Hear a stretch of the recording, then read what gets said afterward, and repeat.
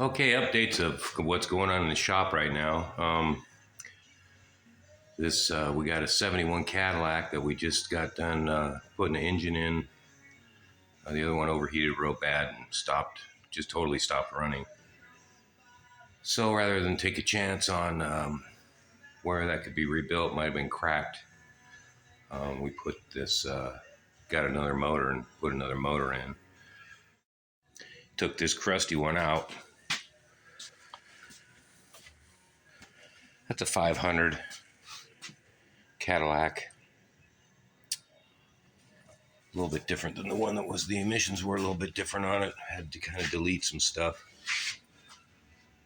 But that thing was a dream to do. There she is in the car. Not very pretty, but it's there and it runs. Had a little oil pressure problem when we first tried to start it. And never pumped up the lifters, never got any oil to the top. So we took the oil filter off, and there's a little valve inside the pump, but the oil filter housing is the pump. And we took that, and there was a little valve in there, had to free up the valve, a little bit of brake clean on there, free it up, and got the oil pressure to come back. It's got good oil pressure now, 25 at idle when it's hot, and almost 50. But this is a big old Cadillac, barely even fits in the shop. And really, I don't know if it was even worth doing this motor swap. A lot of work needs to be done to this Cadillac to make it really nice.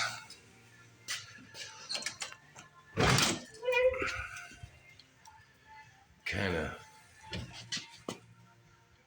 beat up in here. It's got a pretty nice dash, but these seats are all leather and they're all cracked, and door panels are all cracked, and I think customers complaining about some what did he say? He said it was, I think, $700 for door panels, or 800 or something like that. And I did a Corvette, and I think those were $750 a piece for those ones. And she needs a little top work. Or needs a new top, but all in all, this isn't a bad car. Just probably needs more money put into it than what it's actually worth. Anyway, we got that going, and we got a couple more things to do, and then we're going to deliver to the customer. So then we got a '68 Camaro in here. This is a really nice car. The only rust I can really see in it is right around here. It's rusted through in some spots, so probably if I'm going to do the body work on this, I'm not sure if I'm going to or not yet, but probably put a skin on there. Doors usually have rust down at the bottom. This one here is pretty nice. No rust in that fender. And here's an engine bay. It's got a power glide in it. I was trying to ask the customer if he wanted to maybe put a Turbo 350 or Turbo 400 in here, and he didn't. He elected to keep the power glide. It's got manual brakes. We're going to put a power brake booster on it and new proportioning valve. It's got brand new brakes. If you look in here, I mean, this is all brand new bushings in here, and I mean, it's pretty. It's had a lot of work done to it already.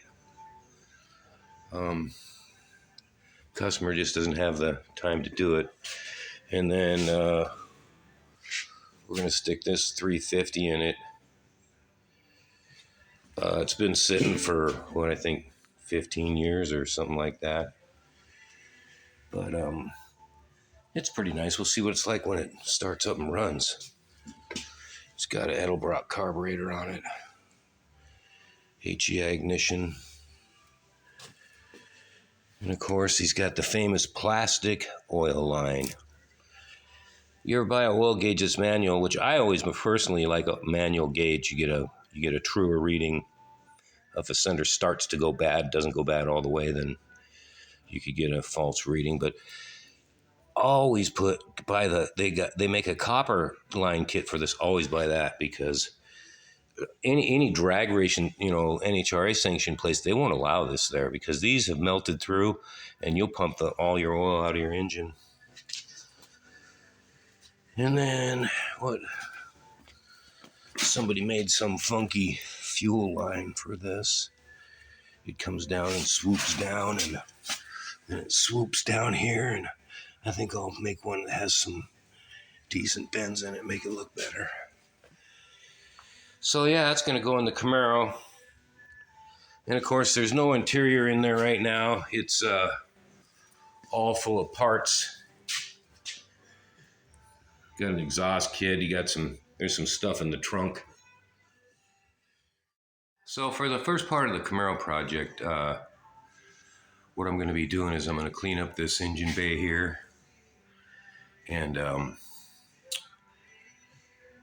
paint it up, make it look good, put the power brake booster on there, and then I'm going to put the motor in there and make this thing go forwards, backwards, and stop. And that'll be the first part of the project. The next part of the project, I don't know if we're going to do interior, if we're going to do the body on it. Customer basically told me if I wanted to do the whole car, I could. Not really sure if I want to do body work or not.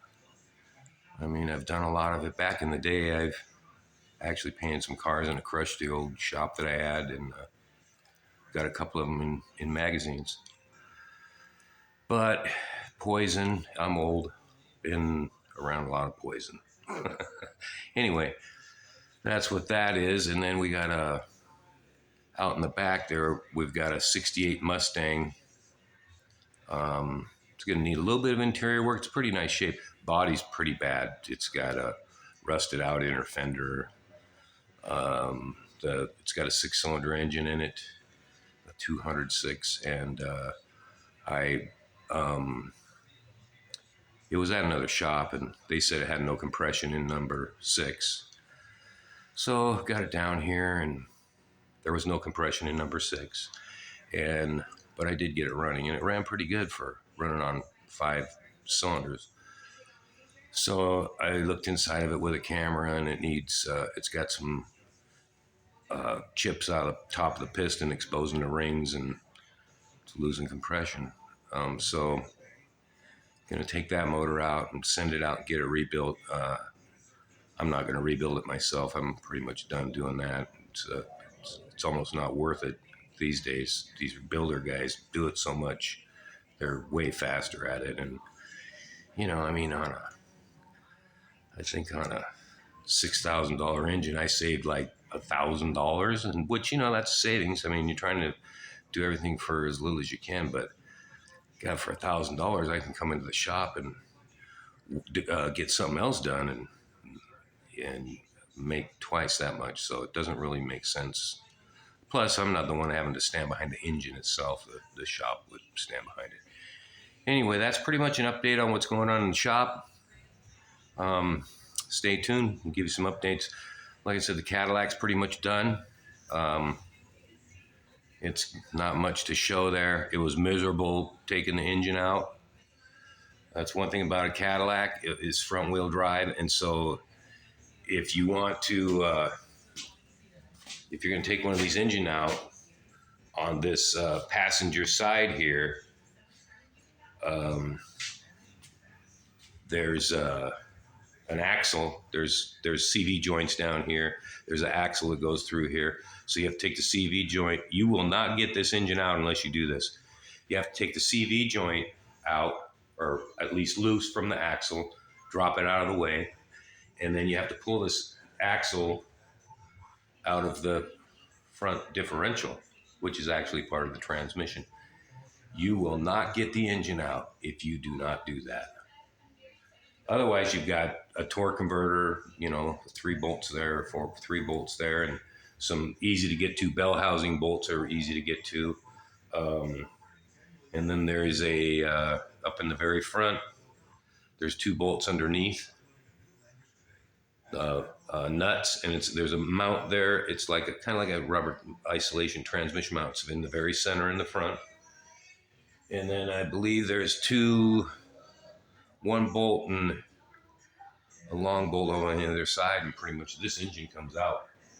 Of course, we had to take the front apart, all pulleys up took the air conditioning loose and the fan off, and it wasn't that bad. It was a learning curve, but it's in there and it runs pretty good. Smokes a little bit, needs some valve seals, pretty sure. But we're gonna see what the customer says and see if he's happy with it. And if he is, hey, take delivery. Anyway, that's the update. Hope you guys stay tuned. Thanks.